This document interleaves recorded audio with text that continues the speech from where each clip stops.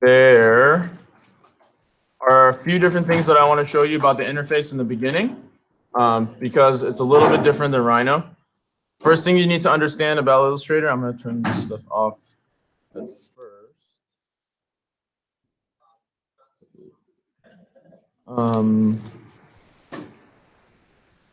First thing is the layers. Right here, you have your layers tab. It's similar to Rhino, but one thing that people don't seem to understand about Illustrator is that the order of the layers matters. So, for example, if I was to build a shape here that's black, and I was to build another shape that is just going to default to red. The order matters. So, for example, if I made two new layers and I transfer them to two new shapes and I transfer them to two new different layers, the red layer right now is above the black one, which is why this one is sitting on top of the other.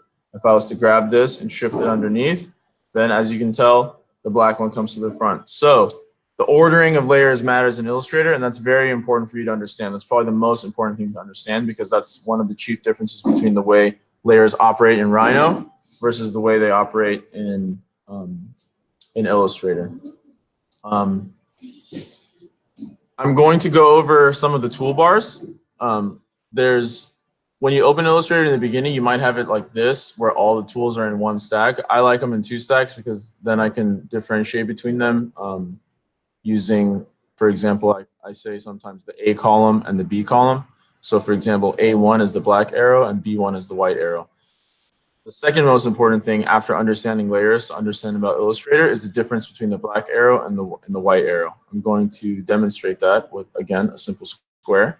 The black arrow is called the direct selection, actually, just the selection tool. The white arrow is called the direct selection tool. And the difference is that with the black arrow, you can click on objects and you can move them basically on an umbrella level. You can move the whole object together as once. When you get into the white arrow, that's when you can have access to what we would call control points in Rhino, or in Illustrator they're called anchor points, and you can edit the actual geometry. So that means you can go in and you can change the shape of the object. If you wanted to go back and move this whole thing together, then you can go back to the direct select tool, and now it's a shape and you can move it. So that's very important to understand, because a lot of times you might have, for example, you might have modeled messy, or you didn't really get something to line up exactly how you wanted to. The beauty of moving back between Illustrator and Rhino is that you can edit a lot of Rhino geometry if you bring it into Illustrator properly using these tools. So for example, you can go in, grab this, and bring it back to the end. Got it? So that's layers. That's layers, arrows. And now I'm going to explain this area right here, the color selection, and what all that means. Because it's very important to understand that, because I see a lot of students doing really noobish stuff in Illustrator because they don't understand the philosophy of what's going on with this. Every single shape in Illustrator has two characteristics. One is called the fill, and one is called the stroke. So this object, I'm going to make 4 copies of it, and a lot of the same commands that are in Illustrator hold true in Rhino and every single other software. If you're trying to copy something and paste it, Control-C, Control-V. It'll dump it right there. If you're trying to move something around and copy it at the same time, you just hold Control and you move. You hold Alt. Yeah, you hold Alt and you move it. And then also, if you're trying to scale something in Illustrator, you can mess up the shape proportionally. But if you hold Shift, this is very important, it'll scale things proportionally. Same thing with shapes. If the rectangle tool will allow you to build a rectangle of any kind of proportion you want. But if you want it to have perfect dimensions and be a square, you have to hold Shift. Same thing with circles. Like in Rhino, when you have different tools living underneath existing tools with the black arrow, you hold it down.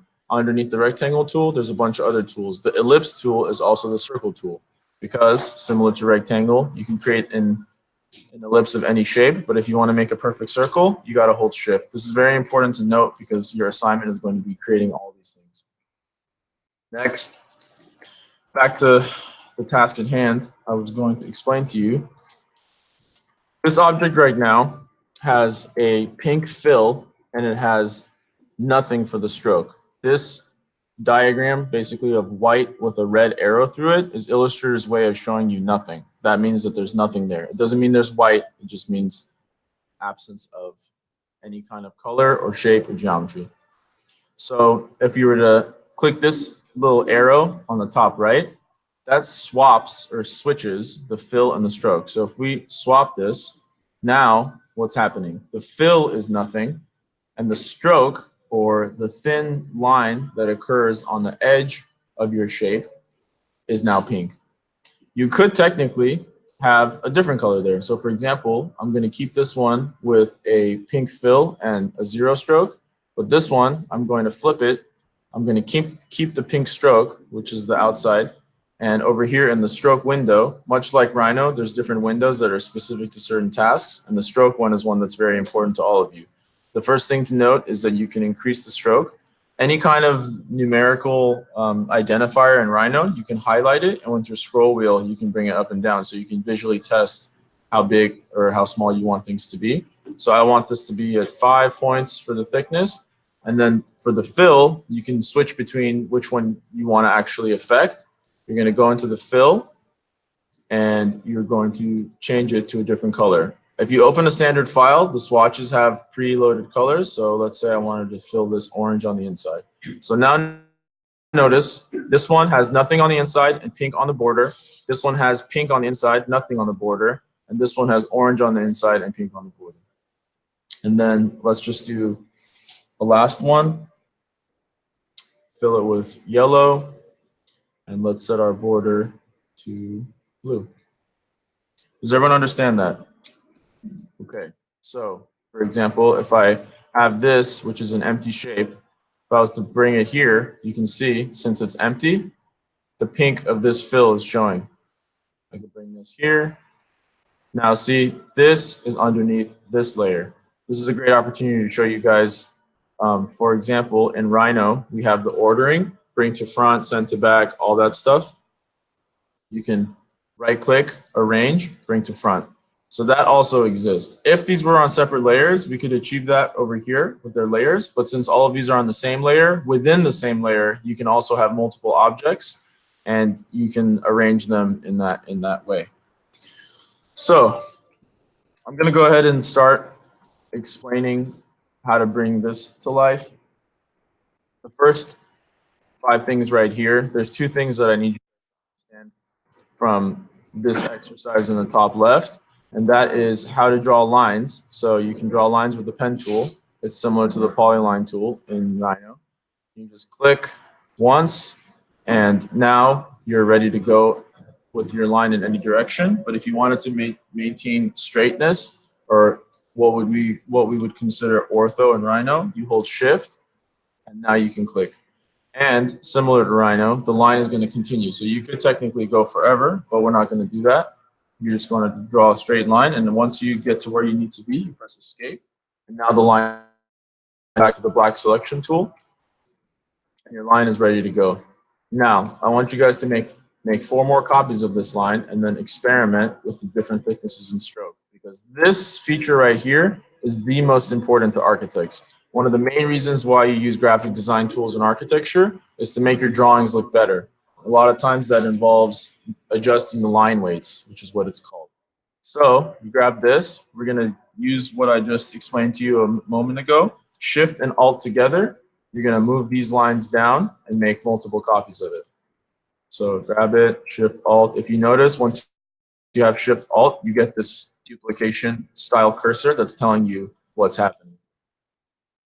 Okay, now we have all 5 of these. The next thing I want you guys to learn is how to align things properly, because a lot of times you're going to group your drawings together and align them to the center of your page.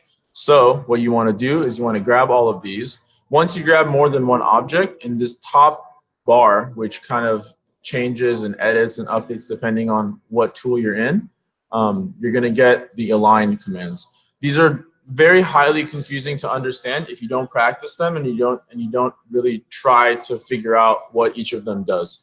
For example, The one that we want to do is we want to distribute them. So for example, right now I kind of did a generally good job of spreading them out equally, but I'm just going to like mess them up so you guys can really tell. You grab all these, and the one that you want to click to spread them out equally is vertical distribute center. You press it and boom, it automatically analyzes what the perfect distance between each of them is, and it spreads it out equally. It does the same exact function in a bunch of different ways too. For example, if I wanted all of these to line up to the left, you could grab them all and just look here and see which one. So horizontal distribute or vertical, whatever, or horizontal align left. Boom. See? So that's a very useful thing to understand. All the align tools are very useful and they come up quite often. Another thing to notice about the align tool is that it works in two entirely separate ways based on if you toggle it to the selection or the artboard. Toggling it to the selection makes sure that everything is aligning to the object selected. But if I was to do that same command but align it to the artboard, for example, and you do that by clicking this first button and setting it to artboard, now if I distribute them horizontally, it's going to spread it across the whole artboard, not just the selection we had at hand. So undo that. That's just a good thing to keep in mind. Now we're going to move on to the stroke. For the first one, we're going to set it to 0.25, which is a common stroke for, the lightest line in your drawing, depending on the size of the paper and how far away people are going to be from your drawing and how they're going to be digesting it. After that, you just want to double each one. So I want the next one to be 0.5. I want the next one to be 1 or stay 1. The next one is going to be 2, and the last one is going to be 4. That's usually a good way of spreading out your line weights in a drawing. If you had 2, 3, 4 different line weights, you just keep doubling it and moving on. Next, over here, we're going to do 4 shapes. 3 of them you've already seen, and the last one I'm going to explain to you. The first one, you're going to create a perfect square. You're going to make sure that the inside is empty, not white, and the outside has a black stroke. The next shape, you're going to keep the black stroke, but on the fill, you're going to select whatever color you like, your favorite color. Doesn't matter. And I want you to increase the stroke on this to 4.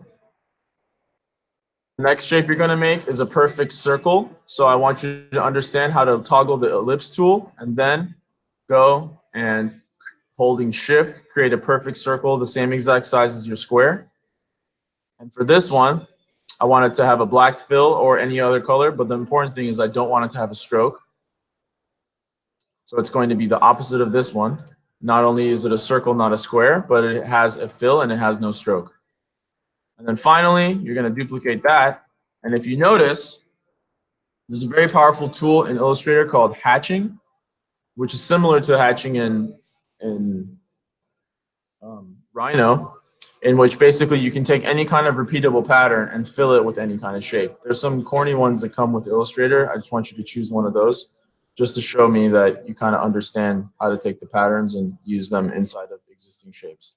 Later on, if anyone's interested, there's ways to make custom patterns yourself out of your Illustrator file, load them into Illustrator, and then they'll show up as a swatch here, and you can use them in any which way you want. It's very applicable to like fabric designers and people that do textiles and stuff, because that's how you get it to show up. Next, I want you guys to make these 2 shapes on the bottom using the pen tool. The pen tool is probably the most important tool in Illustrator, and you can tell when someone really knows how to use Illustrator if they know how to use the pen tool properly. Both of these shapes were made with the pen tool, but using a different technique. The first one is very similar to the polyline tool that we have in Rhino. So you just click, click, click, click, click, go all the way around and end up where you started, and the shape will close. So I want you to do that. That one's pretty easy. You should have a pretty familiar understanding of how to use that one. The next one, I want you to try to do the same exact shape, but instead of when you click, just moving on and clicking, you want to click and drag. And that's when you get your Bezier curves, which you should know what they are.